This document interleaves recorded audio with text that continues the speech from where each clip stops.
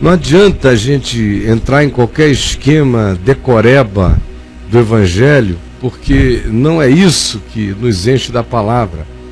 A gente só é cheio mesmo do Evangelho quando existe uma comunhão profunda entre a informação que o Evangelho nos dá acerca de Jesus, e essa informação acolhida pela fé deixa de ser uma informação, ela produz um dunamis, um poder espiritual, que o Espírito Santo, que é aquele que inspira a palavra e ilumina a palavra, ele é profundamente aplicado no nosso coração pela palavra crida, e o Espírito se dilata em compreensões que vão crescendo na nossa própria vida.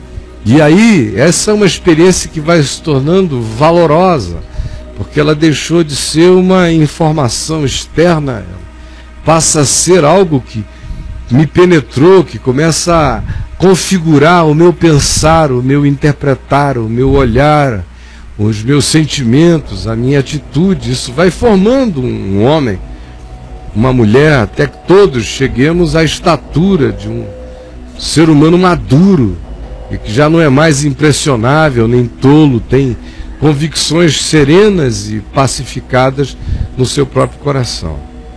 Do contrário, a gente pode começar garotinho, falando coisas, repetindo-as, mas virar apenas um macaco de repetições.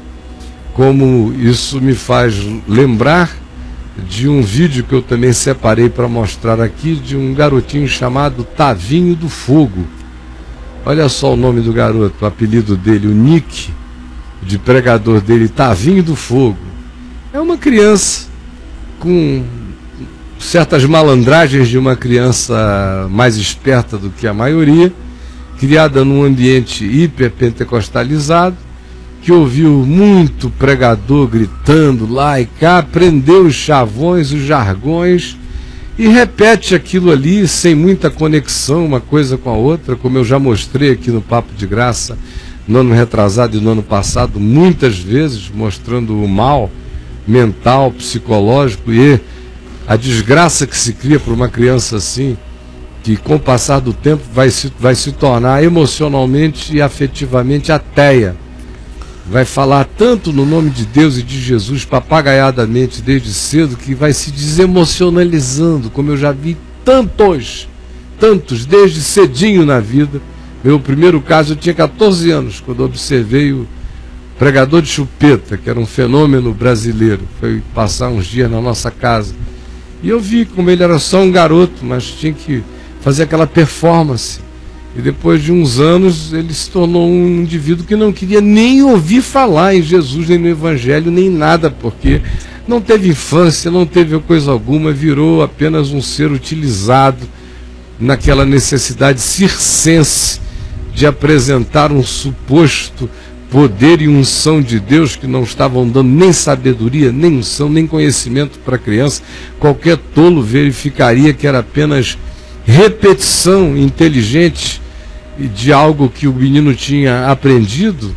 Refiro-me a esse do meu primeira história na juventude, diferentemente desse garoto que eu mostrarei agora, que é completamente apenas malandro e desconexo, bichinho. E que Deus salve o coraçãozinho de um menino desse, porque se continuar tão certo como 2 e 2 são 4, você procure-o aos 15, 16, 17 anos de idade, ele não vai querer saber de nada. Olha a tristeza.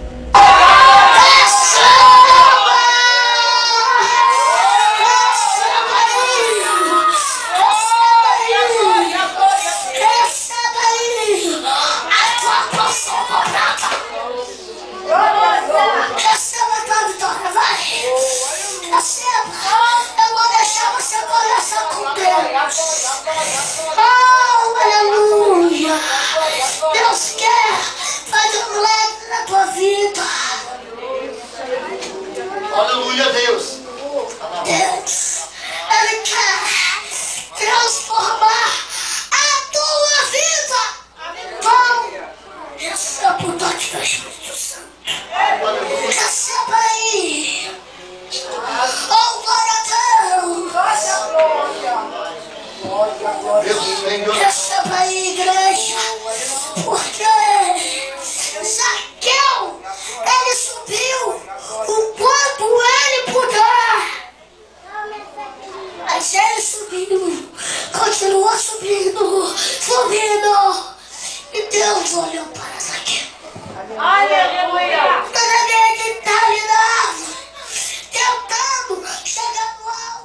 vou parar aqui porque é angustiante. Isso dura 8 minutos, essa tortura dessa criancinha aí, e o povo dizendo aleluia, não sabe nem para quê. O garoto sai de uma coisa, vai para Zaqueu, emenda com outro e vai, bebe água, volta.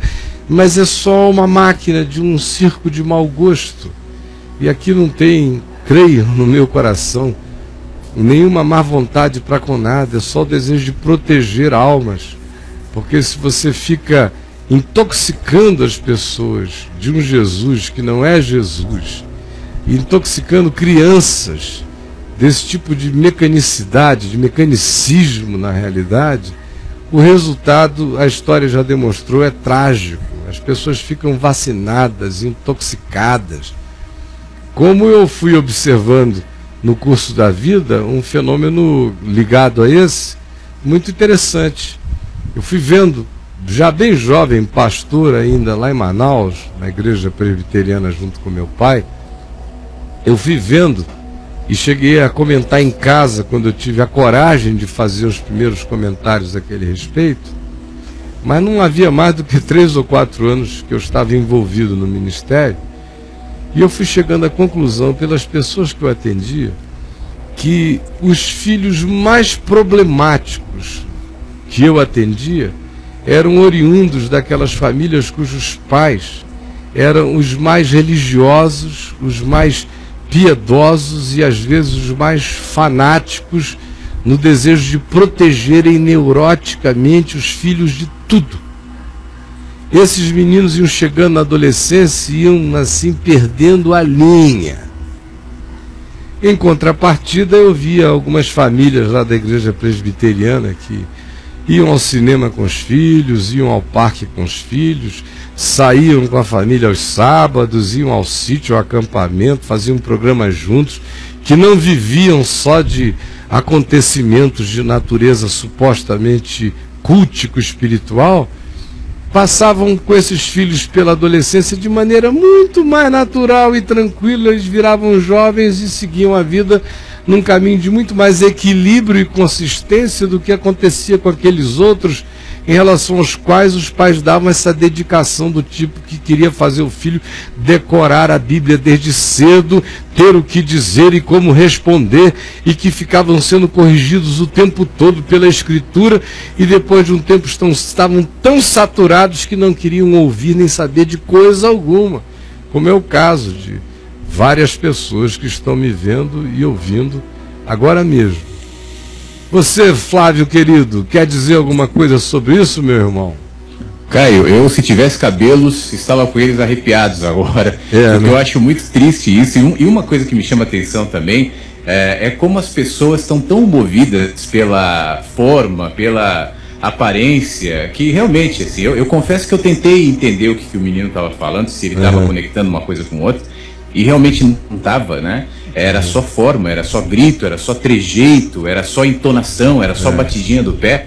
Mas eu vi os pastores, não sei se eram pastores, mas parecem que eram lá atrás, levantando a mão, aleluia. Então, isso reforça uma impressão que eu tenho, que especialmente nesse meio religioso, não importa o que você diga, tem muito mais a ver com como você diga, e se você disser dessa maneira, de fogo, como é o nomezinho dele, as pessoas seguem, as pessoas vão, as pessoas gritam aleluia e vinculam isso a poder de Deus. Quão distante, quão triste a gente está vendo tudo isso. Infelizmente, quase toda denominação pentecostal, neopentecostal, essas mais fortemente, muito mais, tem os seus gritos de guerra, né? Quem quer que chegue ali e acione o grito de guerra, como o grito de guerra pentecostal antigo era Jesus salva, Jesus cura, Jesus liberta, Jesus batiza com o Espírito Santo. Quem quer que dissesse essas coisas e ouvir e ver a multidão ficar em pé e não precisava estar dizendo nada, podia estar falando a maior besteira, mas parasse e dissesse: minha gente, Jesus salva, Jesus cura, Jesus liberta, Jesus batiza com o Espírito Santo, e o povo e pronto. Se dissesse isso de 10 em 10 minutos, podia falar a besteira que quisesse, porque todo mundo ia sair dizendo: que bênção, irmão, que bênção, que bênção.